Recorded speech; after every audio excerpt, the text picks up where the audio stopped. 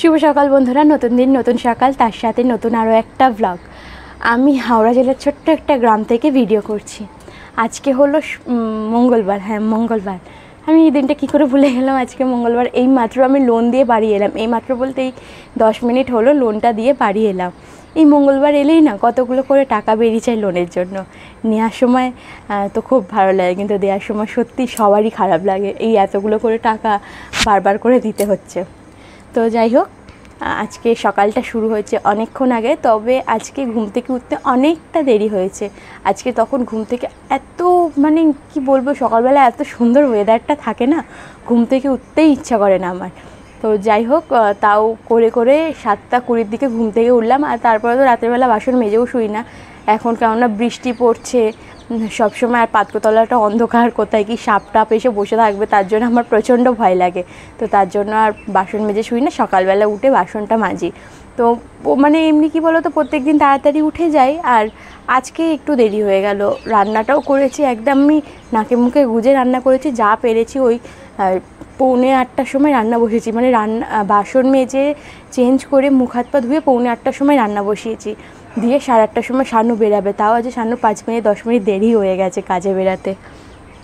ওই যে রান্না বসিয়ে দিয়ে আবার চলে গেছিলাম লোন দিতে, কেন এই লোনটাও এমন টাইমে যে আমার রান্না করার টাইমে পড়েছে সকাল 8টা থেকে। তো চলো, বলছি কারেন্টের বিলের টাকাটা বাদ দিয়ে আমি গোলার টাকাটা তোমার অ্যাকাউন্টে পাঠিয়ে দিচ্ছি, ঠিক আছে? কারেন্টের বিলের টাকাটা বাদ দিয়ে গোলার টাকাটা তোমার অ্যাকাউন্টে পাঠিয়ে দিচ্ছি। কারেন্টের বিল দেখেছো তো কত এসছে?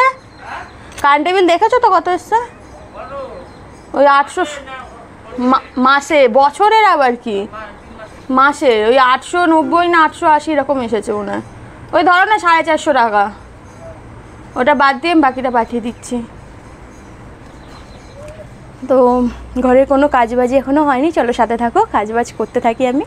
আর চলো, ধরে সকালবেলাটা এখন অনেক ঠান্ডা পড়ছে, তার জন্য গোপালকে আজকে জামা পরিয়ে দিয়েছিলাম একটু, আর সুতির জামাই পরিয়েছিলাম, যাতে করে ওর কোনো কষ্টও না হয়।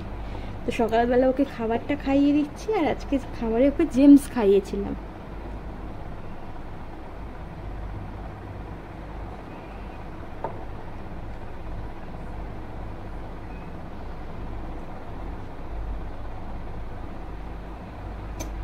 ও কিন্তু এইসব মুখরোচক খাবার খেতে খুব বেশি পছন্দ করে, সকালের দিকটা আর বিকালের দিকটা ওকে এরকম মুখরোচক খাবার আমি খাইয়েই থাকি সব সময়। এইবার ইলেকট্রিক বিলটা দেখার পরে না ভাবছিলাম যে এত কেন বিল এসেছে। কোনোবারে এত দিন আমার, মানে এত বছর বিয়ে হয়েছে, কোনোবারেই আমার এত বিল আসেনি। প্রায় ধরো না 900-1000 টাকার মতন মাসে এসেছে। 900 টাকাই মানে মাসে এসেছে। তো এত হয়নি। আগে না হয় একটা ঘর ছিল, কিন্তু আগের বছরেও তো 2টো ঘর ছিল, আর 2টো ঘরেই পাখা চলতো সব সময়, ফ্রিজ চলতো, তো এতটা বিল আসেনি। তারপরে মনে পড়লো, ও হ্যাঁ, তো কারেন্টের তো আবার বিল বেড়েছে আমাদের পশ্চিমবঙ্গে। সরকার না এই সাধারণ মানুষদেরকে নিয়ে খেলা করছে, কখনো কারেন্টের বিল বাড়াচ্ছে, আবার কখনো মোবাইলের রিচার্জের দাম। সত্যি যে কি হচ্ছে কিছু বোঝা যাচ্ছে না। এতে করে কি হচ্ছে, আমাদের সমাজের যারা উচ্চবিত্ত আছে, যারা একটু বড়লোক বলতে গেলে আমাদের ভাষায় বড়লোক, তো তাদের কিন্তু কোনো প্রবলেম হচ্ছে না। আর যারা একদমই গরিব তাদেরও কোনো প্রবলেম হচ্ছে না। প্রবলেম যত হচ্ছে তত হচ্ছে মধ্যবিত্তরা কি হয় না, কারোর কাছে হাত পাততে জানে না, আর মানে কারোর অপমানও সহ্য করতে পারে না। তো এই নিয়েই মধ্যবিত্তদের একটু বেশি সমস্যা। তো যাই হোক, বাইরের কাজগুলো করে এলাম, মানে হচ্ছে রান্নাঘরটা পরিষ্কার করে আর বাসনটা ধুয়ে নিয়েছিলাম। আর এইদিকে তো বিছানা গোছানো, ঘর ঝাড় এগুলো তো আগেই হয়ে গেছে। তো অনেক কিছু মেশিনের ওপর রাখা রয়েছে, মানে মেশিনটা আসলে কাজ করি না, তো তার জন্য অযত্নে এরকম পড়ে রয়েছে। যখন আমি মেশিনটা প্রত্যেক দিন কাজ করতাম তখন আমার মেশিন পুরো পরিষ্কার থাকতো, মানে মেশিনের ওপর একটা কিচ্ছু থাকতো না। আর এখন সত্যি কথা বলতে আর ভালো লাগে না কাজ করতে, তাও একটু মেশিনটা গুছিয়ে টুছিয়ে রাখলাম যদি কাজ করতে বসি আর কি। মোটামুটি ঘরের কাজগুলো কমপ্লিট হলো। আর যেহেতু কালকেও দেখিয়েছিলাম কাজগুলো, তার জন্য আজকে আর শেয়ার করলাম না, মানে প্রত্যেক দিন তো আর একই জিনিস শেয়ার করব না, সেই কারণেই আর শেয়ার করলাম না। শুধু ওই ঘর মোছাটা বাকি আছে, ঘর মোছাটা হয়ে গেলে বাদ বাকি মানে সব হয়ে যাবে। তো ঘরটা এখন মুছবো না, ঘরটা বেলার দিকেই মুছবো। এখন ওই 10টা 15 মতন বাজে। আর আজকে হচ্ছে ওয়েদার মানে একটু তো রোদ ওঠেনি, পুরো মেঘলা ওয়েদার। এই যে দেখো না, বোঝা যাচ্ছে না, আমি তোমাদেরকে ব্যাক ক্যামেরায় দেখাচ্ছি। পুরো মেঘলা ওয়েদার, তো তার জন্যই হচ্ছে মানে ক্যামেরা কোয়ালিটিটা একটু খারাপ খারাপ লাগছে, বুঝেছো? মেঘ হলেও ভালো লাগে না, মানে সারাদিন এরকম একটা ঝিমমারা ছিমছিমে একটা পরিবেশ, আর রোদ উঠলেও যেন ভালো লাগে না গরমে। কি করা যায় বলো তো? তো যাই হোক, এবারে একটু মেশিনে বসবো। মেশিনের ওই জায়গাটা পরিষ্কার করেই রেখেছি, মেশিনে বসবো। আর দেখবে ব্যাক ক্যামেরায় তোমাদের দেখাই, দাঁড়াও। এই দেখো, দেখে মনে হচ্ছে না পুরো বিকাল, পুরো অন্ধকার, মানে পুরো মেঘ। আর এই দেখো আমাদের রাস্তায় আবার জল জমে গেছে। এবারে আর জল কমবে না, কেন এবারে বর্ষা পড়ে গেছে। তো এই দুর্গাপুজো পর্যন্ত এবারে রাস্তায় জল থাকবেই থাকবে। প্রত্যেকবারই থাকে দুর্গাপুজো পর্যন্ত জল, এবারেও থাকবে। এবারে তো আবার লেট করে বর্ষা পড়েছে, তার জন্য আবার মানে লেট করেই যাবে। তো সেই হিসাব করে জল অনেক দিন থাকবে। দেখলে পুরো অন্ধকার এই দিকটা, মানে অন্ধকার বলতে একটুও রোদ নেই, তো তার জন্য করে আর সেরকমভাবে ভালো আলো আসছে না। আর বাইরে সব জামাকাপড়গুলো জামাকাপড় শুকাতেই প্রচণ্ড প্রবলেম হয় এই বর্ষাকালের মধ্যে।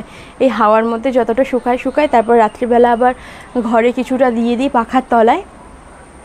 ম্যাক্স নিচে শুয়ে আছে খাটের তলায়। এখন গরম নেই, তো তার জন্য ও ঘরেই থাকে। আর যখন গরম থাকতো তখন ও আর ঘরে থাকতো না। চলো সাথে থাকো, ব্লগ কিন্তু কন্টিনিউ করতে থাকো। এই যে মেশিন পুরো পরিষ্কার করে নিয়েছি। আর যেই জিনিসগুলো সেগুলো মাল আছে, মানে মেশিনের মাল আছে, সেই মালগুলোই তো হাত ব্যথা হয়ে গেল।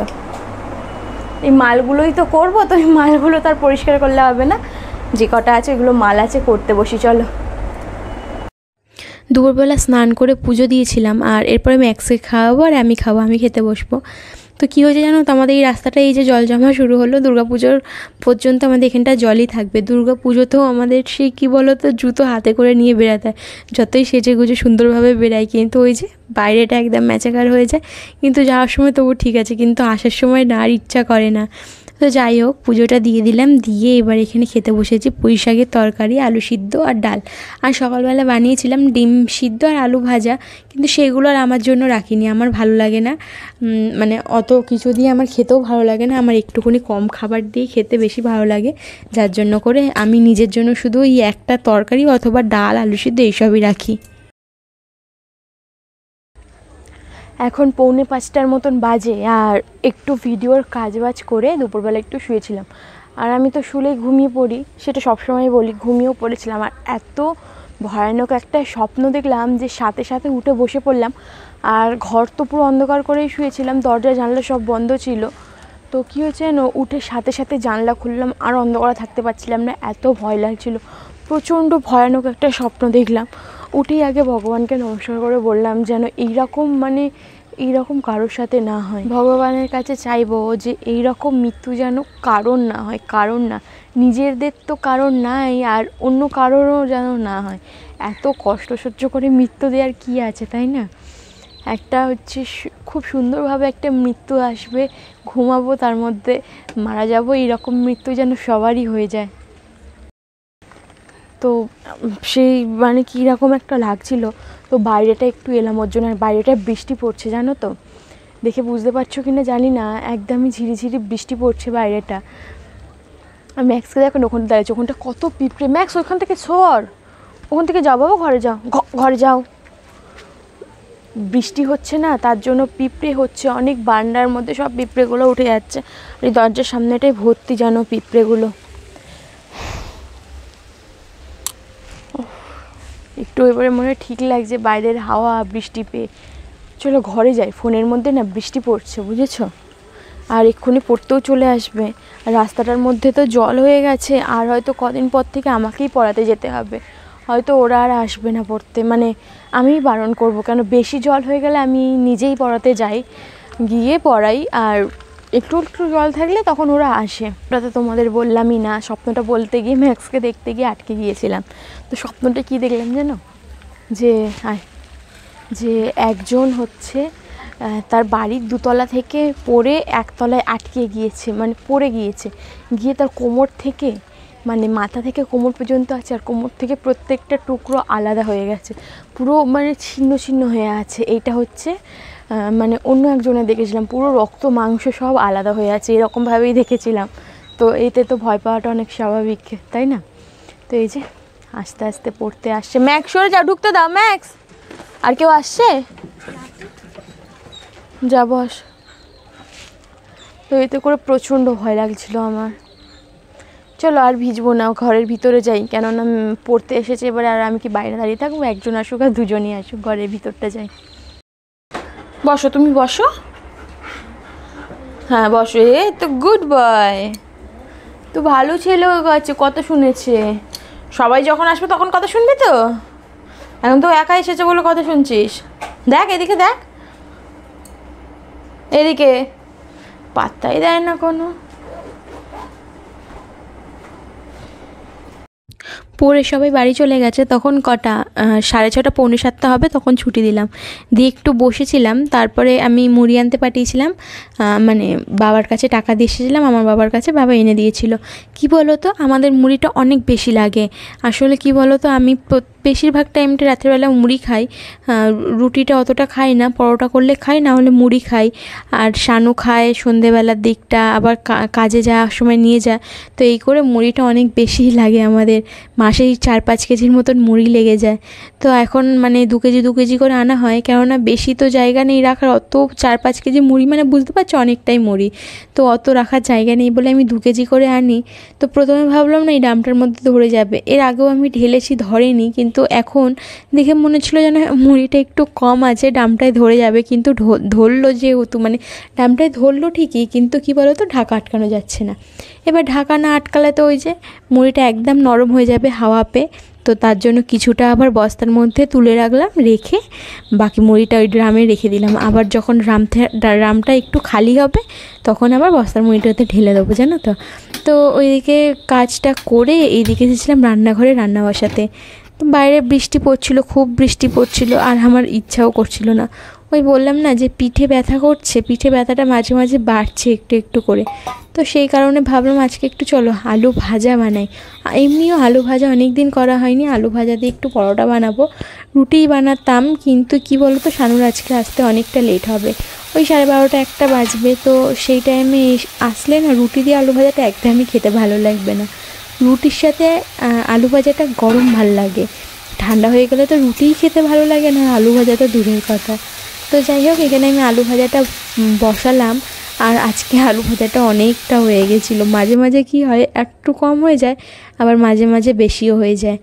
তো এখানে দেখো আমার নুন শেষ হয়ে গেছে ডিপেতে, নুনটা তার জন্য ঢেলে নিলাম। আর আলু ভাজাটাও চলো করি, আর সাথে করব একটু পরোটা। তোমরা দেখতে থাকো আর সাথে থাকো। কিন্তু মাঝে মাঝে এমন করে ফোনটা মানে ধরি, আমি ঠিকই ধরি, কিন্তু মাঝে মাঝে এরকম যে কেন বেঁকে যায় ফোনটা আমি বুঝতেই পারি না।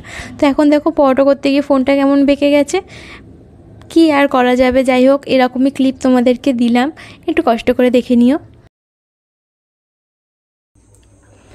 রান্নাটা কমপ্লিট করে এলাম, আর এখন 9টা বাজে। তো বাইরে সারাদিনই গুড়ি গুড়ি বৃষ্টি হচ্ছে, আর ওয়েদারটা বেশ ঠান্ডা, আজকে একটু ঠান্ডা ঠান্ডাই লাগছে।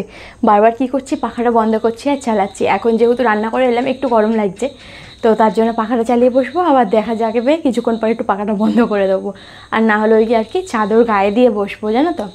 আর আজকে একটু মাথায় তেল মাখবো, কয়েকদিন তেল মাখা হচ্ছে না মাথায়, তো তেল মাখবো। এই যে তেল, এই যে শেষ হয়ে এসেছে তেলটা, অত আর নেই, আনতে হবে আবার দোকান থেকে, বুঝেছ।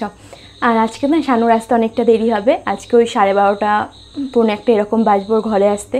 তো আমিও খেয়ে নেবো কিছুক্ষণ পরে, দেখি, এখনও পর্যন্ত খিদে পাইনি, খিদে পেলে খাবো, না হলে ওর সাথেই খাবো। তো তার জন্যই ওয়েটটা আর কি করছি। তো চলো আজকে ভিডিওটা এখানে শেষ করবো, দেখা হবে কালকে নতুন একটা ভিডিওর সাথে। সবার সুস্থতা কামনা করি, আর সবাই ভালো থেকো, সুস্থ থেকো। চলো সবাইকে টাটা, গুড নাইট।